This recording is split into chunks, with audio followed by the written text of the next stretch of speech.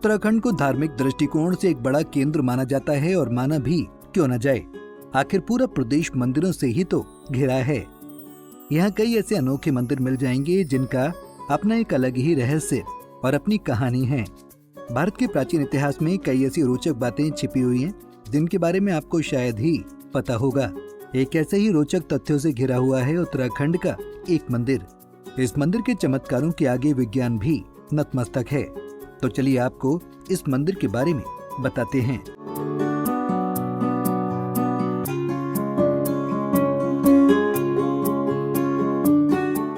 7000 feet की ऊंचाई पर स्थित इस मंदिर का नाम है सेम मुखिम मंदिर। यहाँ भगवान श्री कृष्ण नागराज के स्वरूप में विराजमान हैं।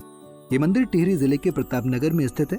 पुराणों में कहा गया है कि अगर किसी की कुंडली में काल सर्प दोष है तो इस मंदिर में आने से उसकी कुंडली के इस दोष का निवारण हो जाता है। कहा जाता है कि द्वापर युग में कालिया नाग की प्रार्थना पर भगवान श्री कृष्ण द्वारका छोड़कर सेम मुखिम में विराजमान हुए।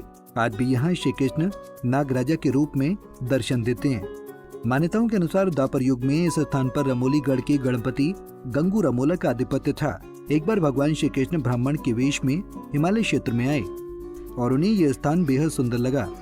उन्होंने गंगू रमोला से इस रमणीक स्थान पर रहने के लिए जगह मांगी, लेकिन गंगू रमोला ने भगवान श्री कृष्ण को यहाँ पर जगह देने से इनकार कर दिया।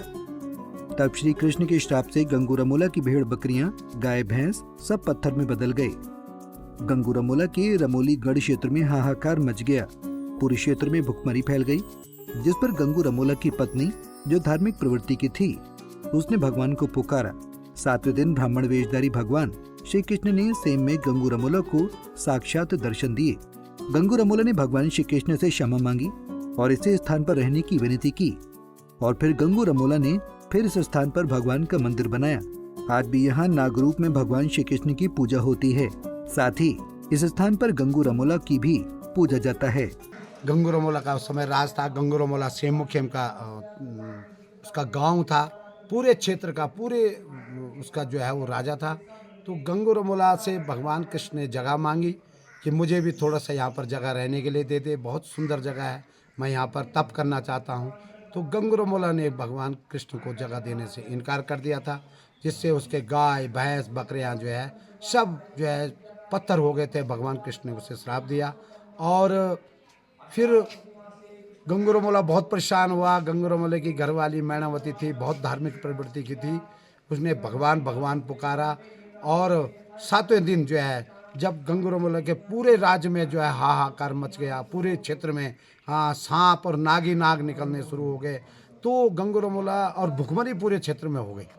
तो गंगू रमोला बहुत परेशान हुआ। फिर भगवान ने जो है 7वें दिन यहाँ पर आकर वहीं इस मंदिर से जुड़ी एक और मान्यता है। मान्यता के अनुसार द्वापर युग में जब भगवान श्री कृष्ण कालिंदी नदी में गेंद लेने उतरे तो उन्होंने वहां रहने वाले कालिया नाग को भगाकर सेम मुखिम जाने को कहा था। तब कालिया नाग ने भगवान श्री कृष्ण से सेम मुखिम में दर्शन देने के लिए प्रार्थना की थी। कालिया नाग की इच्छा पूरी करने के लिए भगवान श्री कृष्ण यहाँ आकर स्थापित हो गए।